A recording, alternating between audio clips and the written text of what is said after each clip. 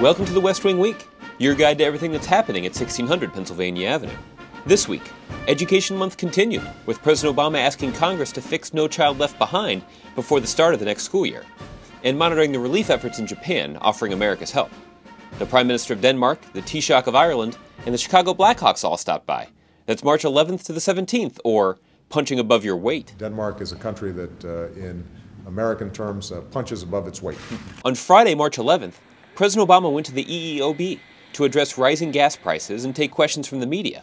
But first he stopped to acknowledge the tragedy unfolding in Japan after the massive earthquake and tsunami there. Today's events remind us of just how fragile life can be.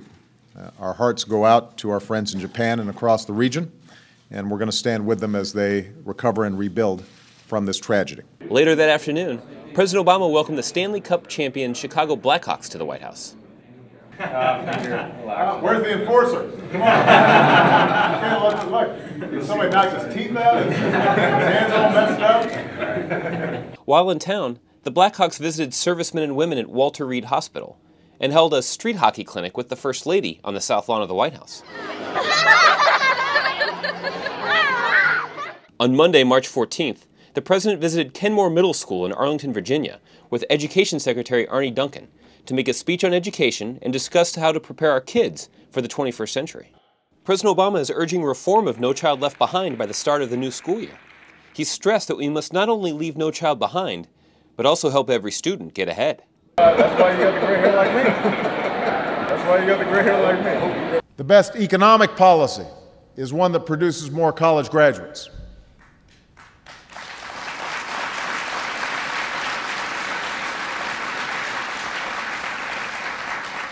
And that's why, for the sake of our children and our economy and America's future, we're going to have to do a better job educating every single one of our sons and daughters. While at Kenmore, the President also visited a classroom where students were learning about the Harlem Renaissance by exploring arts, poetry, and music. Once you've studied Ellington, you got to keep going. Coltrane, Miles Davis, Herbie Hancock, Louis Armstrong, Thank you, Mr. President. Ella Fitzgerald. Thank you. Back at the White House, the President met with Denmark's Prime Minister Rasmussen to discuss the strong ties between the United States and Denmark, the common global challenges our two nations face, including the situation in the Middle East, and economic and environmental issues. Special importance has been our appreciation of the sacrifices that have been made by Danish troops in Afghanistan and the extraordinary leadership that Denmark has shown as part of ISAF. On Tuesday, March 15th, President Obama did several interviews with local television stations from the map room of the White House on the importance of education reform and the need to fix No Child Left Behind.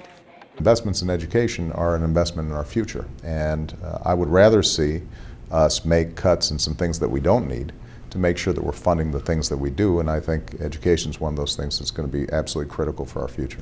How are you? The President also spoke to ESPN in the library, filling out his bracket for the men's and women's NCAA basketball tournaments. I've never picked all #1 seats. He also urged Americans to give to those in need in Japan. One of the things that I wanted to do on the show was, as people are filling out their brackets, this is obviously a national pastime. We all have a great time. It's a great diversion.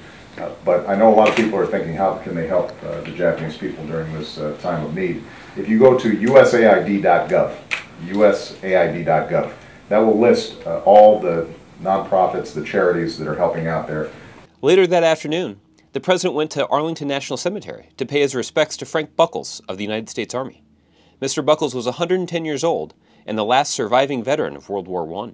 On Wednesday, March 16th, the President spent the day in meetings, including one with USAID Administrator Raj Shah, to discuss humanitarian assistance efforts in the Middle East, Africa, Haiti, Afghanistan, and Pakistan, and the disaster assistance being provided to the Japanese government as they respond to the recent major earthquake and tsunami.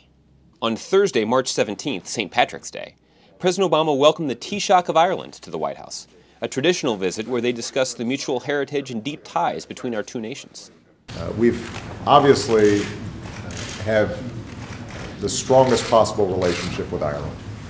The warmth, the affection, the familial and person-to-person contacts between our two countries extend far beyond any dry policy issues. There is just an incredible bond between our two countries. Later, the Vice President joined the President and Taoiseach for a St. Patrick's Day lunch at the United States Capitol and a reception on the state floor of the White House.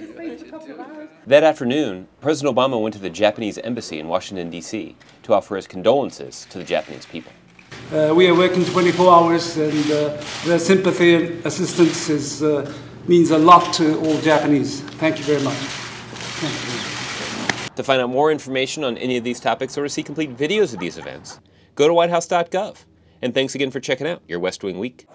That's Biden's chair, and I'm going to tell him you said it Biden's chair. I can take one picture and then I'll move to this one. The elevation of development. That's how you elevate development.